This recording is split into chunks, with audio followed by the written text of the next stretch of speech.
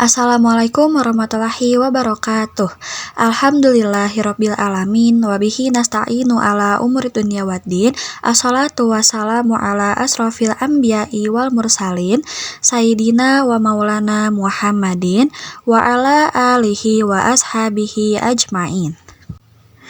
Langkung ti payun, hayu urang sami-sami manjatkeun puji sinareng syukur ka Allah Subhanahu wa taala anu parantos maparin kasehatan sareng kasempatan ka urang sadayana dugi ka tiasa kempel di ieu tempat dina kaayaan sehat walafiat.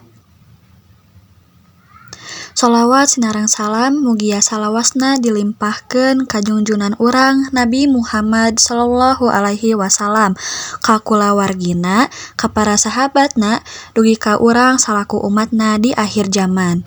Amin. Anu kusim kuring dipihormat Bapak Ibu guru sadayana sareng rerencangan sadaya anu kusim kuring dipikanyaah. Dina kasempatan ieu, sim kuring bade ngadugikeun biantara ngeunaan pentingna ngajaga kabersihan lingkungan sakola.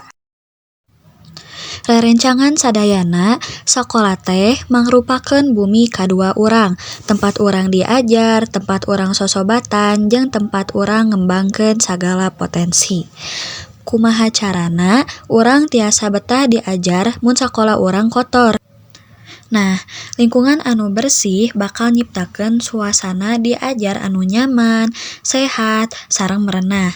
Amun sakola bersih, urang bakal dijauhkeun tina sagala rupa panyakit. Salian ti eta, hate urang oge bakal tenang. Ku kituna, urang sadaya salaku warga sakola ngagaduhan tanggung jawab pikeun ngajaga ieu kabersihan. Sanes ngan saukur tukang bebersih wae, tapi dimimitian ti diri urang sorangan. Carana anu kahiji, ulah micen runtah sambarangan.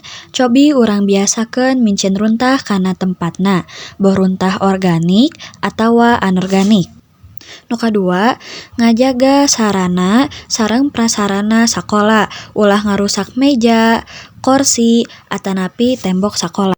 Nu katilu, aktif dina kagiatan bersih sapertos Jumat bersih atawa piket kelas. Nah ku kitu, hayu urang jadikeun ngajaga kabersihan ieu salaku kabiasaan sareng budaya di sakola urang. Sabab kabersihan teh sabagian tina iman, sareng kabersihan teh cerminan tina disiplin urang. Mung sakitu anu tiasa didugikeun ku sim kuring, mudah-mudahan naon anu parantos didugikeun tiasa jadi manfaat sareng ilmu anu barokah pikeun urang sadayana. Hapunten tina sagala kakirangan sareng kalepatan dina basa atanapi eusi biantara. Akhirul kalam, supados langkung endah, sim kuring bade nutup ku sisindiran. Ka pasar meuli sampeu, katuangna sareng cikopi. Kawasihan lingkungan teh paduli, pek jaga ku hate anu suci. Wassalamualaikum warahmatullahi wabarakatuh.